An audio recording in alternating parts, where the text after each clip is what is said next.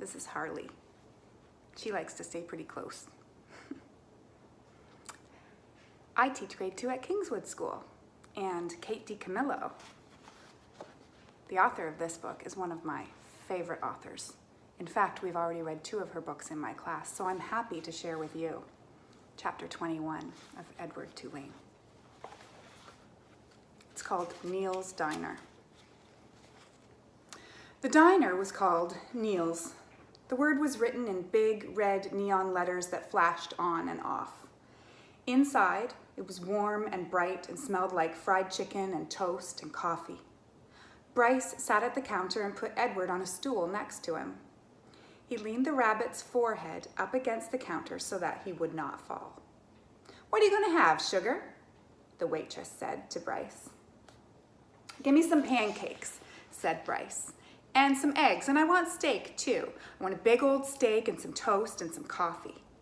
The waitress leaned forward and pulled at one of Edward's ears and then pushed him backwards so that she could see his face. "This your rabbit?"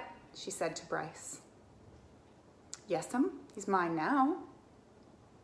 "He belonged to my sister." Bryce wiped at his nose with the back of his hand. "We're in show business, me and him." "That right," said the waitress. She had a name tag on the front of her dress. Marlene, it said.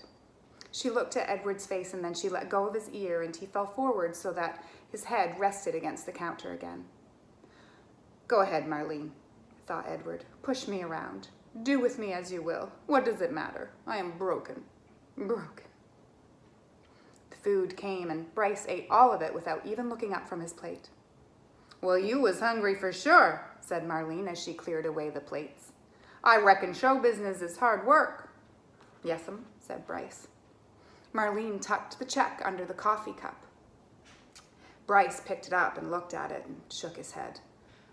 "I ain't got enough," he said to Edward. "Ma'am," he said to Marlene when she came back and filled up his coffee cup, "I ain't got enough." "What, sugar?" "I ain't got enough money." She stopped pouring coffee and looked at him. "Then you're going to have to talk to Neil about that." Neil, it turned out, was both the owner and the cook. He was a large, red-haired, red-faced man who came out of the kitchen holding a spatula in one hand. "You came in here hungry, right?"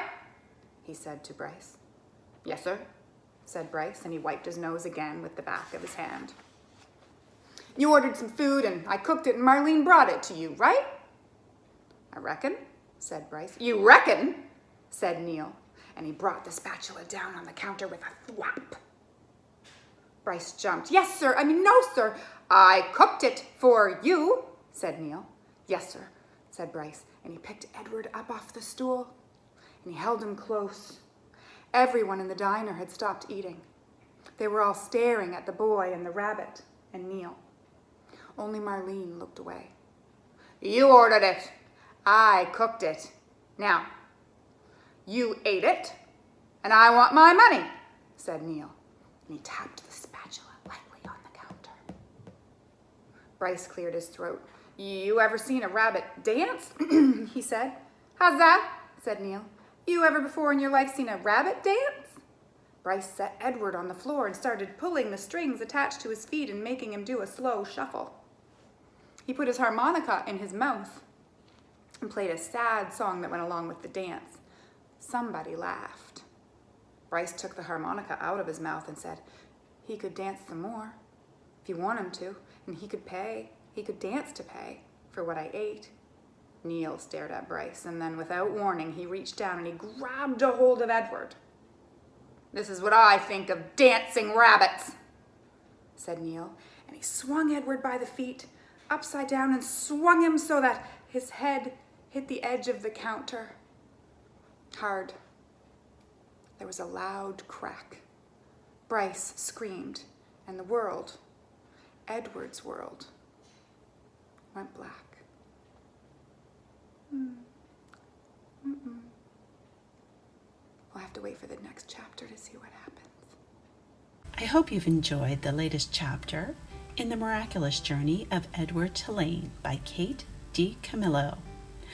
Click on the links in the description of this video to subscribe to my YouTube channel Y2K Teacher, HRCE, or to check out my website with more exciting resources. These chapters have been read to you by members of the Bedford, Nova Scotia community.